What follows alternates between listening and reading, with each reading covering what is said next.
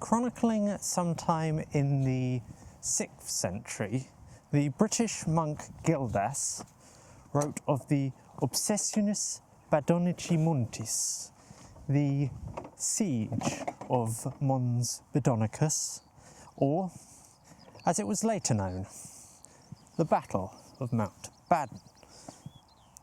This was a clash between the Britons and Romano-British remnants on the one side, and the Anglo-Saxons and Jutes on the other.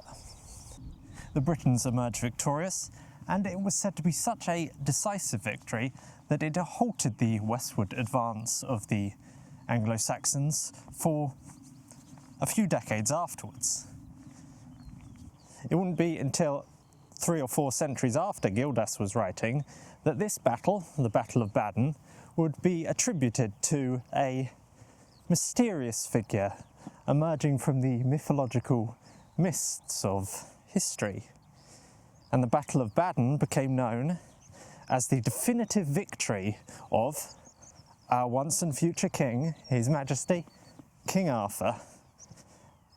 And it was so decisive for him, it is said, that afterwards there was 3 decades of peace before he was eventually betrayed by his treacherous nephew, Mordred. Now, there are many candidates of potential sites for this Battle of Badon, and one of them is right here at the Badbury Rings in Dorset. Welcome to Hill Thoughts on Hill Forts. Now, let's leave aside mythology and folklore for a little while and root ourselves more firmly in the historical and archaeological evidence. Our walk today will take us in a clockwise route around the Badbury Rings, following the 3 concentric rings inwards from the outer to the second to the inner. And as we go, let's have a little talk about the history of the place and marvel at all this beautiful Dorset countryside around us. It's a beautiful county. So I suppose if we are to discuss the history, we should probably start at the beginning. There is evidence of human activity in this area for upwards of 40,000 years, judging by some flint tools, but certainly for the last 5,000 years there's been regular habitation in this area. This evidence has been particularly found over in Highwood, just next to the Badbury Rings, and there are several Bronze Age barrows scattered around the outer edges.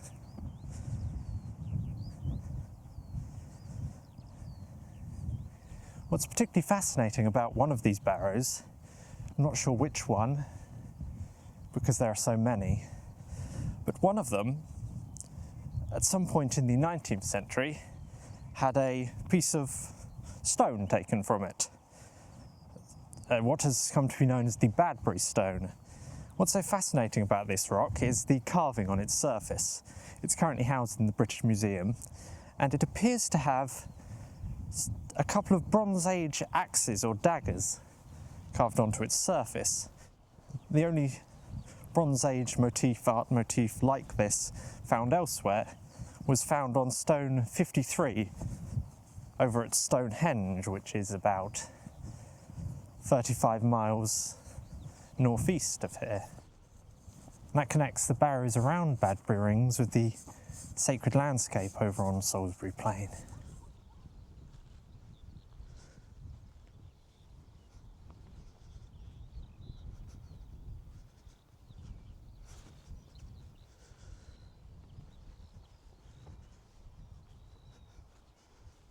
I remember nothing so beautifully haunted as the wood in Badbury Rings. Beyond the outer plateau, the rings heave up and round in waves 40 feet high. A magic bird in a haunted wood, an ancient cliff washed by a sea, changed into earth. Paul Nash, Dorset Shell Guide, 1936.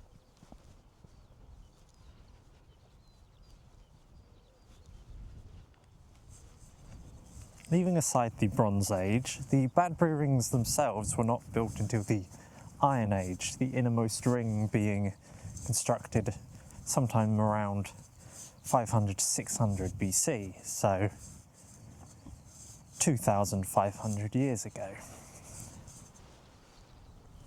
The rings were adapted and grew over several phases, and the peoples who built the Badbury Rings were said to be the Durotriges tribe, local tribal group here in the south of Britain, and especially around Dorset. The name Durotriges comes from the Roman writer Ptolemy, who wrote in his geography that such a tribe inhabited this region. Although I say they're a tribe, they were probably more a confederation of tribes and groups in the local area, and they shared certain coinage, pottery styles. One of their main enthusiasms, as is evident in the landscape to this day, was their enthusiasm for the building of hill forts, such as the Badbury Rings. The Badbury Rings are said to be part of a chain of 6 hill forts, which quite distinctly follow almost a straight line across the landscape, like some sort of boundary. These begin first with Hambledon Hill, then Hod Hill, the Busbury Rings, then the Spetsby Rings, then we reach the Badbury Rings, and finally we end at Dudsbury Camp. There are other hill forts in the area, but these 6 create, as I said, a straight line when you look on a map.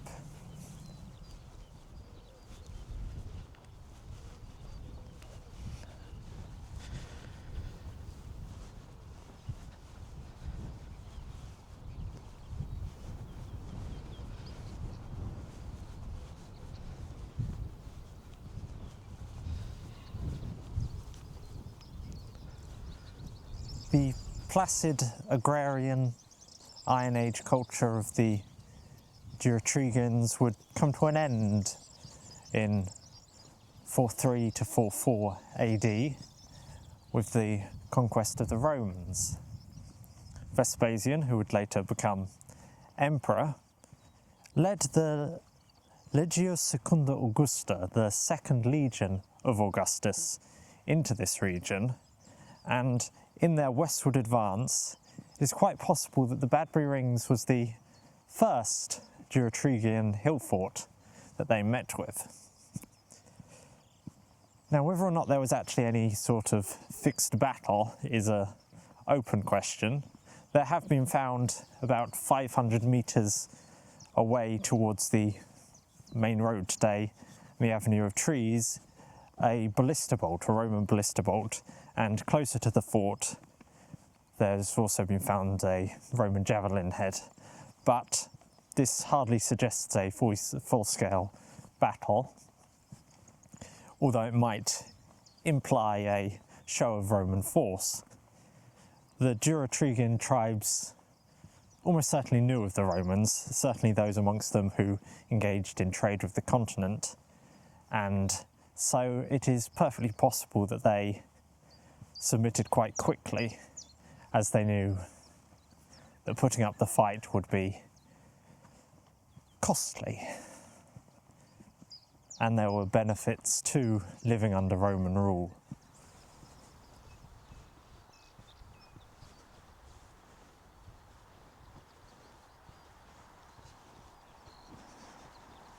With the new Roman governance now in place, the Badbury Rings saw a decline in usage. It no longer needed to serve as a hub of activity in the local area for the Durotrigian tribes, and the Romans set up a nearby town of Vindocladia with a Roman fort alongside it, which is about where the village of Shapwick is to this day. The village of Shapwick lies about a little under 2 miles to the southwest of the Badbury Rings. Vindocladia was believed to have been the second largest Roman settlement in Dorset after Dunaveria, the what is today Dorchester, the modern-day capital of Dorset, which lay in the shadow of Maiden Castle, another hill fort that I hope to get to one day, although that is going to be a very large undertaking, as it is a very large hill fort. It's interesting to think that both the largest settlements in Dorset, the two largest settlements, were both in line of view of Iron Age hill forts, although I suppose the Romans couldn't really help but build their new towns within sight of these impressive earthen structures, as they were all built on sites of prominence in the land. And to be honest, if you were going to build a town, you'd struggle not to be in sight of a hill fort in this area. There is also an old Roman road which passes right by the Badbury Rings, stretching all the way up to Old Sarum, near where the modern city of Salisbury now is.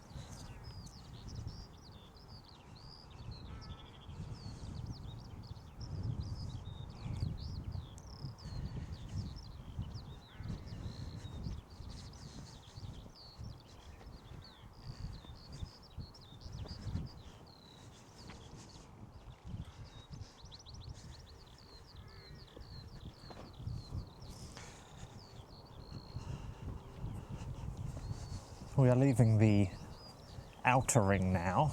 It's been quite a walk already.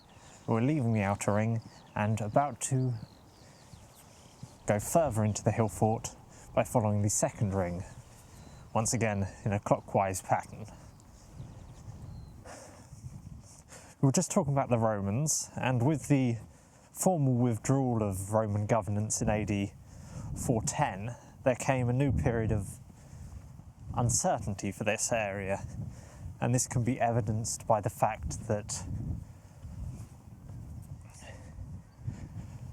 between 70 and 80 years after Roman withdrawal, archaeological digs by Martin Papworth have shown that the Badbury Rings were re-inhabited, likely because they were a defensible position, still useful, and now especially more useful in this new era of uncertainty.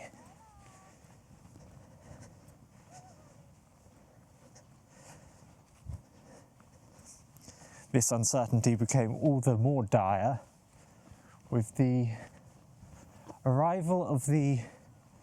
There we are, there's the walkway. I was getting a bit lost already. There's 3 rings and I almost went too far inward. Sometime around 449 AD, the first of the peoples known as the Anglo-Saxons arrived. These were many tribes, the Angles, the Saxons, the Jutes. They were northern tribes of Europe, Germanic tribes, arriving in Britain, and the people of particularly the east and south of the country must have seemed rather easy pickings. They had been under Roman rule for centuries by this point, and now without the Romans to defend them, well, they could only rely on what they had. So they arrived, the traditional date is given about 449 AD, and the Battle of Baden, referenced by Gildas, was supposed to have occurred 44 years and 1 month after their first arrival. So linking this with the archaeological evidence of the Badbury Rings, done by Martin Papworth, that suggests that this was re-inhabited and re-fortified, that makes the possibility that the Badbury Rings were the site of some sort of clash, certainly not a particularly cordial introduction perhaps, But to extrapolate from this and say that this was the definitive site of the victory of King Arthur and his knights against his enemies that brought peace to his kingdom, well, to extrapolate all this from what little evidence we have would probably be taking matters a little far. The original claim that the Badbury Rings were the site of King Arthur's victory was first made by Dr. Edwin Guest in a paper published, I believe, posthumously in 1883. This claim was taken up by the local Dorset Field Club, who, in a fit of county patriotism, saw the link between King Arthur and the local Badbury Rings as, well, something to celebrate. You can hardly blame them, and the main contention that Dr. Guest made, the main reason he linked the Badbury Rings with the Battle of Badon, came almost arbitrarily down to the name, Badbury Badon. And we know from the Anglo-Saxon chronicles that this was known as Badbury. So, Badder being a man's name, so Badder was likely a prominent chief of some sort, and this was his bury, his fortress, his earthen embankment fortress, Badbury. Badbury, you can see where the name comes from. It's just a simple contraction. And it's amazing to think for so many centuries that this has been referred to under more or less the same name, whether that be Badbury or Badbury.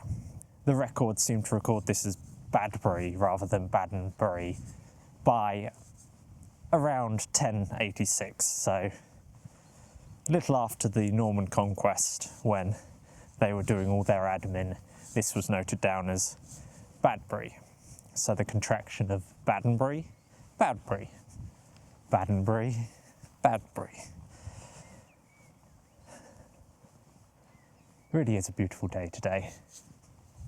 Look at the local countryside.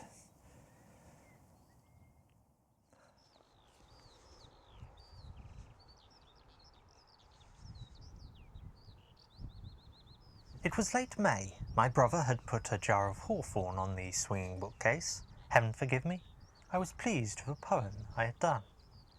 I had been that day on the Rings. It was my mother, a year or more before, who had suggested our going there. Sir Frederick Treves, who came from Milbourne St Andrews, a chalk village high up on the Shaftesbury Downs, had just published his book on Dorset, and, after his description of it, she said that we ought to go to Badbury Rings. In all this, I do not remember the exact sequence of that business, which included in itself end and beginning, and all sequences that run between, all my exploring of my land, asleep or awake, my watching and my seizings summed up there. A summary that surpassed terms of start and finish, and here this happened, and here that. This had to do with Morgan Le Fay, and that with a secret folk knowledge, this with Rome, and that with Kingston Lacy, this with an ancient battle, and that Dr. James knows all about, this with clairvoyance, and that with archaeology. Only that we went there, first for a picnic, she and Tony and I, and that soon after I borrowed the car and went there with my brother alone, and then I went there by myself. Mary Butts, The Crystal Cabinet, My Childhood at Salterns, an unfinished memoir published in 1937. The longer I wander around the Badbury Rings, the more I marvel at its scale. It truly is an formidable opponent in the landscape. if one wanted to attack it.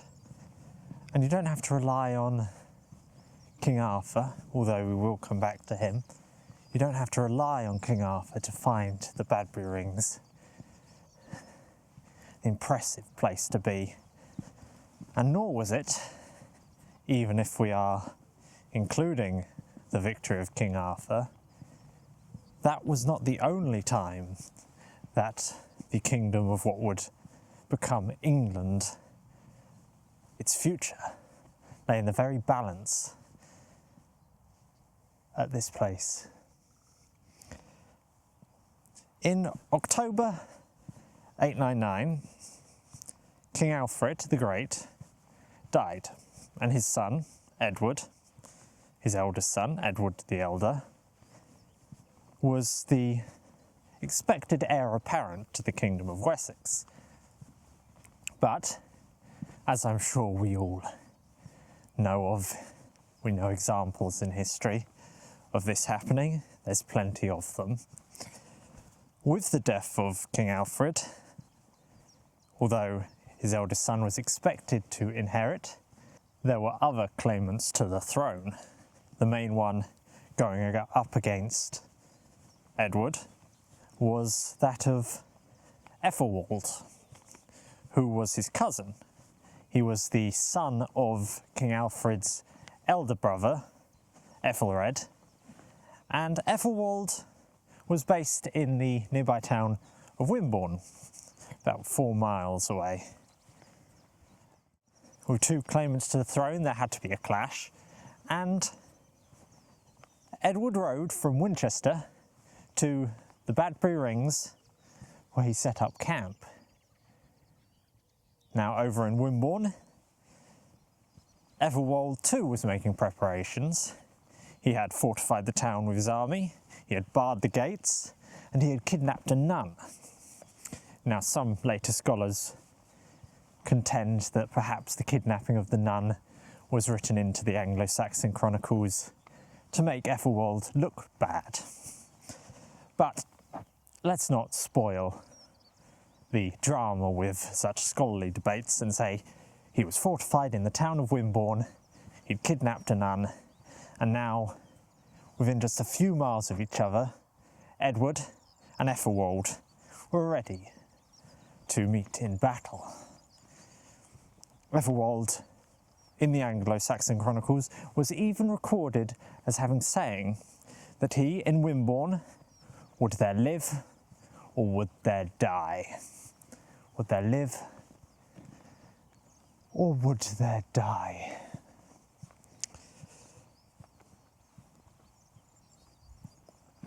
As an oath, one has to question it, because once Edward arrived and had set up at the Badbury Rings, Ethelwald, who in Wimborne would there live or would there die, soon thereafter fled during the night to Northumberland, where he sought refuge with the Danes. King Edward the Elder was crowned in June of the year 900. This isn't the end of Ethelwald's and Edward's story, but it is all that's relevant to the Badbury Rings. I suppose it's worth thinking for a moment about why Ethelwald might have decided not to meet Edward in battle. Part of it might simply be he didn't have nearly enough support around Wessex, so even if he won a battle here, then it would mean little. But I think that the very sight of the Badbury Rings must have been some part of his decision to flee, because by setting up camp here, Edward the Elder essentially had a ready-built fortress. So within 3 miles of each other, you had the fortified town of Wimborne and the fortress of the Badbury Rings, and even if they met in the middle, either side could retreat back to their walls and embankments, and it was almost certainly going to be a very long siege either way. Even to this day, I wouldn't like to be charging up the hill towards the Badbury Rings. Certainly not with just a spear or sword in my hand.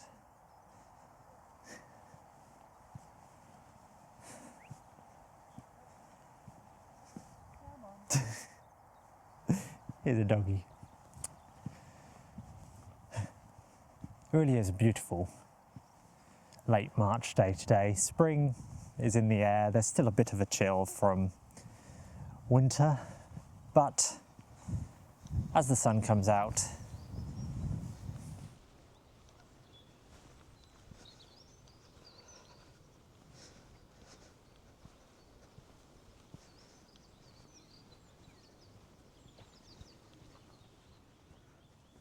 for the next half a millennia, not much seemed to occur here at the Badbury Rings following King Edward's encampment.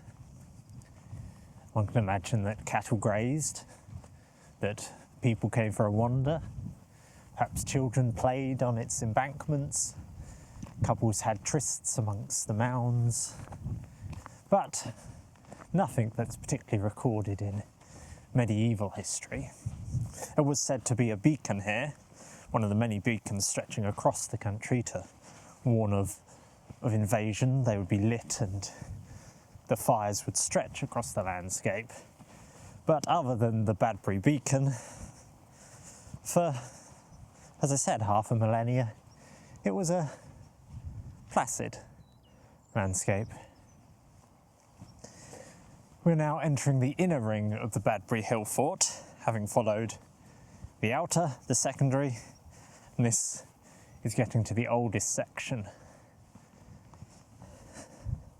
I say that not much occurred for half a millennia, and a little more.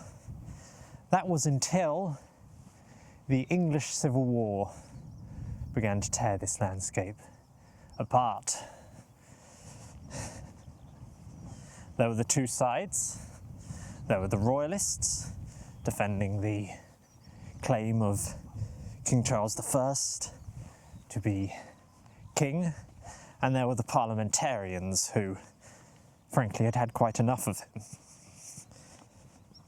At this time, both those armies raged through the landscape, and wherever they went in the country, whichever side was passing through, there would be plundering, there would be abusing of the locals. And it is no surprise that after a while the locals in certain areas got rather fed up of this. Thus grew a movement known as the Clubmen. And the Clubmen of Dorset were part of that. They had a wonderful slogan, the Clubmen. I doubt an advertiser today could come up with a better slogan for getting one's meaning across. That was, if you offer to plunder or take our cattle, rest assured we will give you battle. If you offer to plunder or take our cattle, rest assured we will give you battle. Essentially, the message is clear. Don't care who you are, parliamentarian, royalist, if you touch my cow, I'll whack you. The clubmen were armed with clubs and whatever tools they had to hand. Some had swords, but scythes, pitchforks were not unheard of. And the movement grew to quite an enormous scale.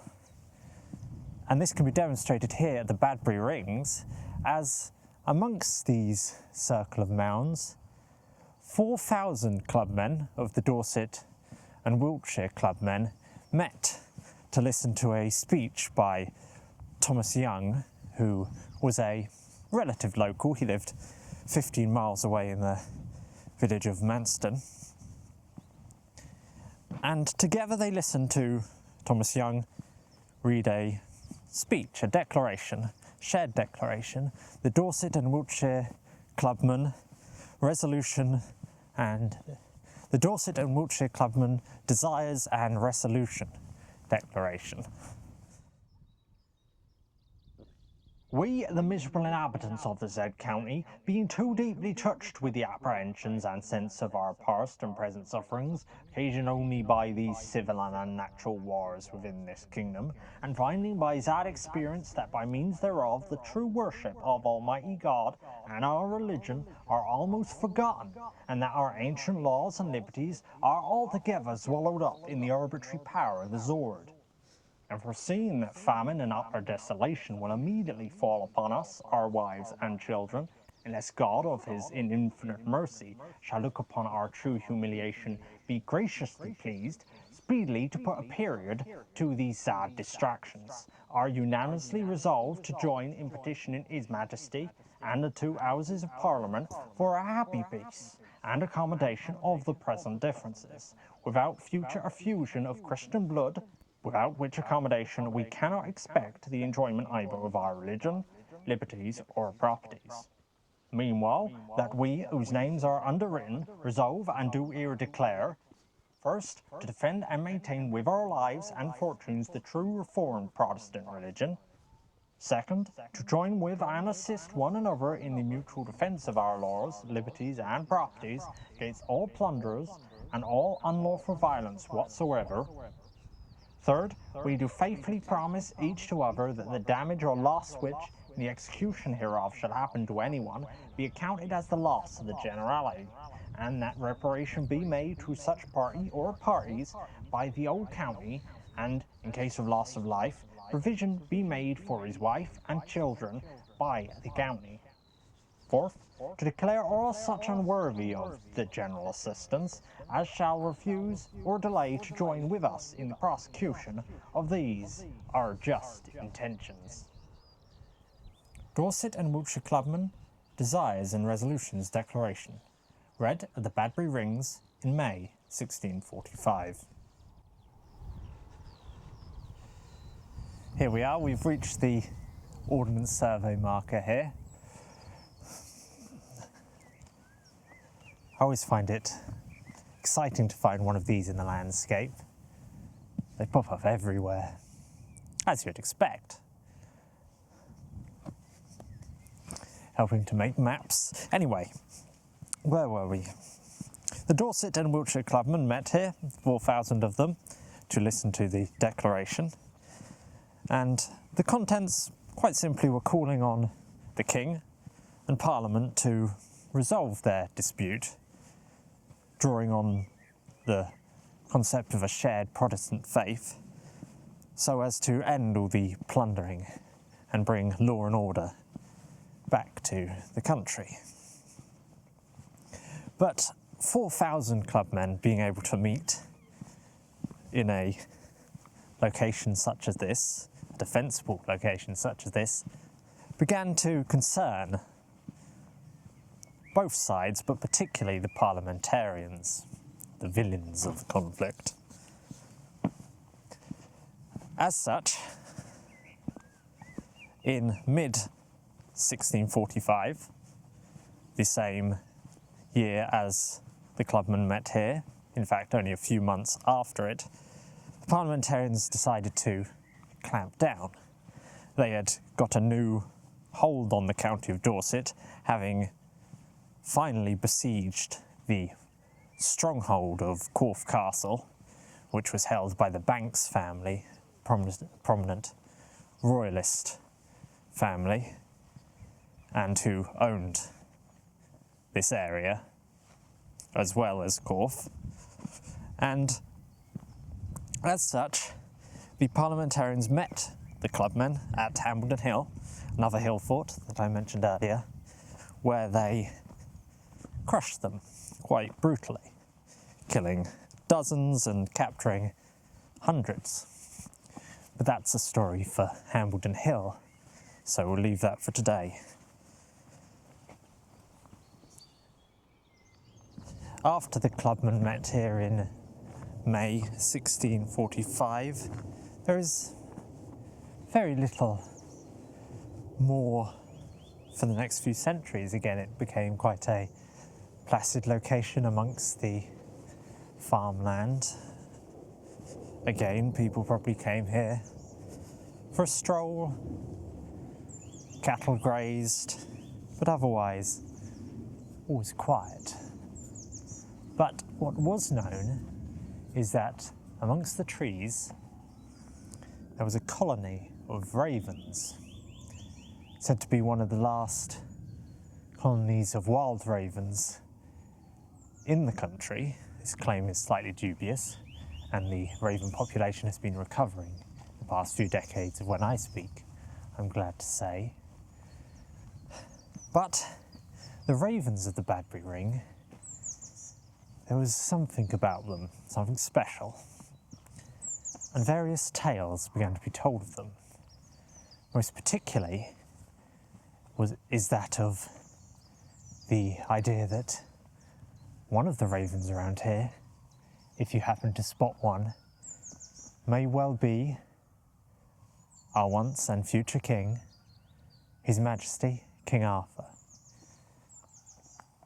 returned in raven form, having been transformed into such by witchcraft.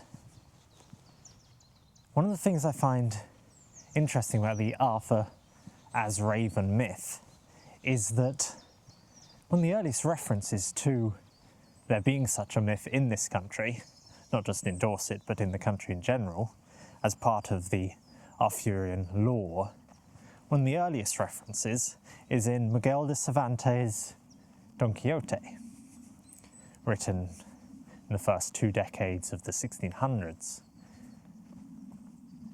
There's this wonderful quote where Don Quixote, to defend himself, speaks of how the British people believe that King Arthur was turned into a raven.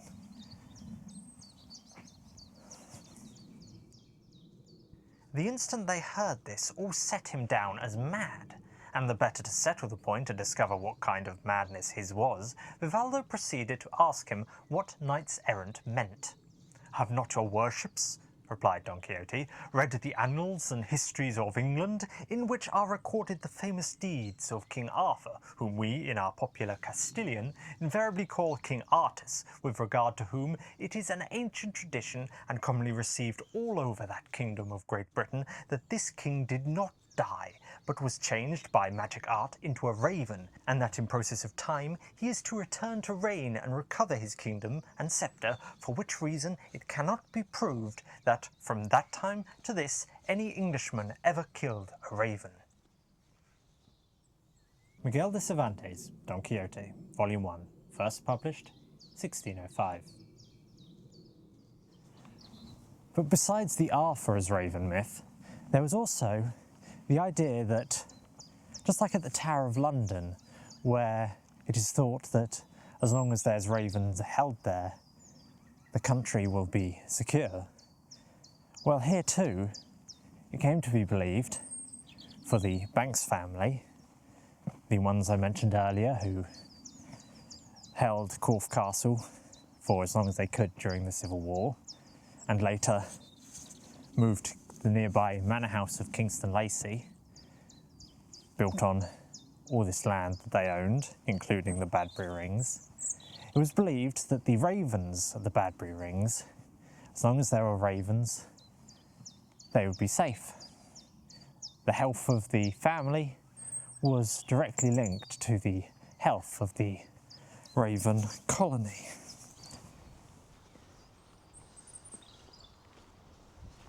It is slightly eerie to think that perhaps somewhere amongst these trees King Arthur is watching on and keeping an eye on his kingdom. Now, I was brought up with the idea that he is slumbering on the Isle of Avalon, taking his rest. But perhaps some fragment of his consciousness, on occasion, takes the form of a raven. I thought I heard some croaking in the distance just there. Do you hear that? Perhaps King Arthur is watching on. During the Second World War, a transmitter mast was installed on the top of the Badbury Rings to help aircraft landing in the nearby Tarrant-Rushton airfield. There were also anti-aircraft batteries and searchlights around this area, but I'm not sure if they were on the rings themselves. Other than this, well,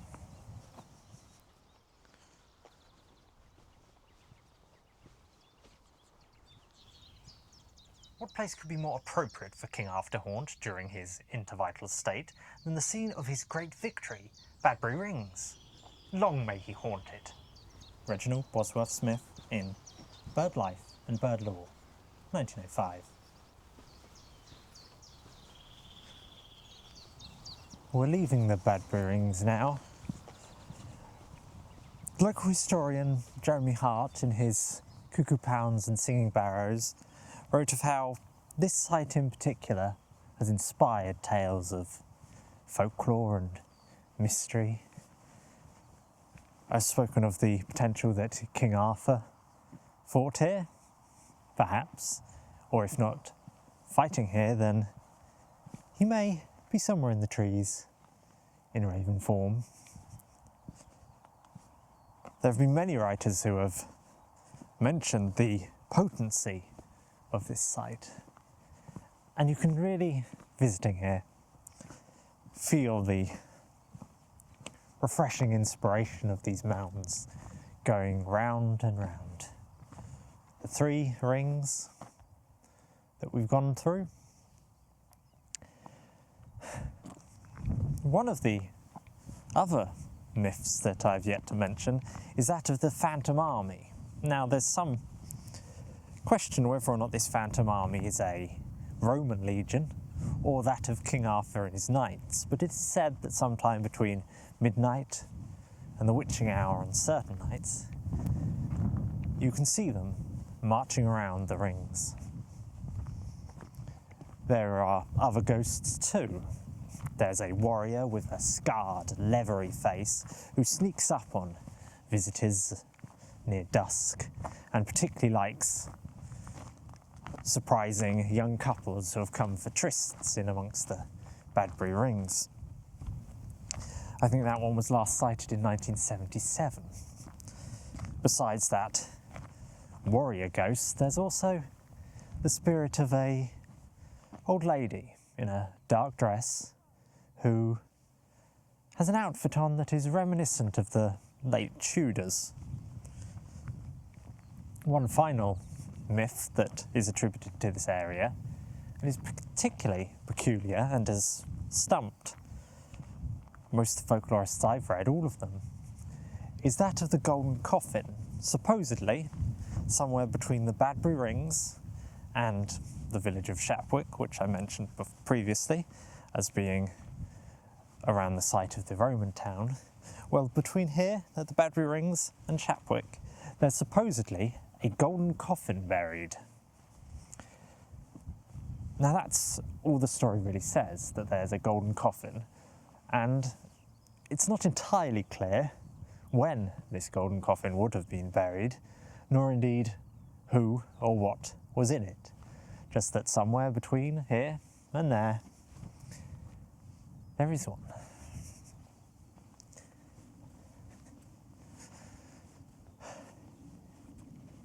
Now we leave the Badbury Rings and head on our homeward journey. As there have not been many large-scale archaeological digs here,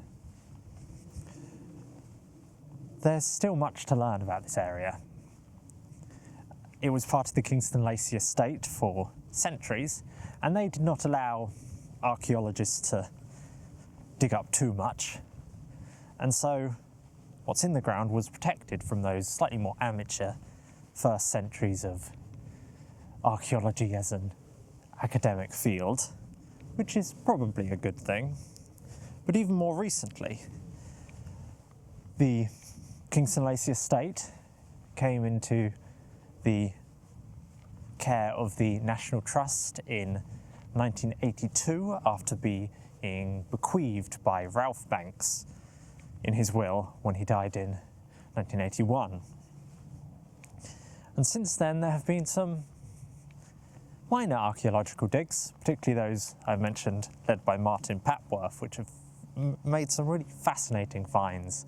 And most of what I've talked about today I've learned from his work when it comes to the archaeology. But these still have been quite minor excavations. And as such, the Badbury Rings, well, there are still many secrets amongst these hills. I hope you've enjoyed this first of what I'm calling Hill Thoughts on Hill Forts. Go on, have a guess what came first, the title or the idea itself. I'm honestly not sure I could tell you myself. But with these videos, I hope to just visit, well, hill forts, and talk with you casually about them. Take you on a journey around them, their history, the myths and legends connected to them, and just, well, admire their beauty really, and the impressiveness of their scale in amongst the landscape, particularly here in Dorset, my home county, but I'd like to go further afield as well, so if you're interested, please do subscribe to Phantasoscope, give this video a like, and, well, join me again as we have more Hill Thoughts on Hill Forts.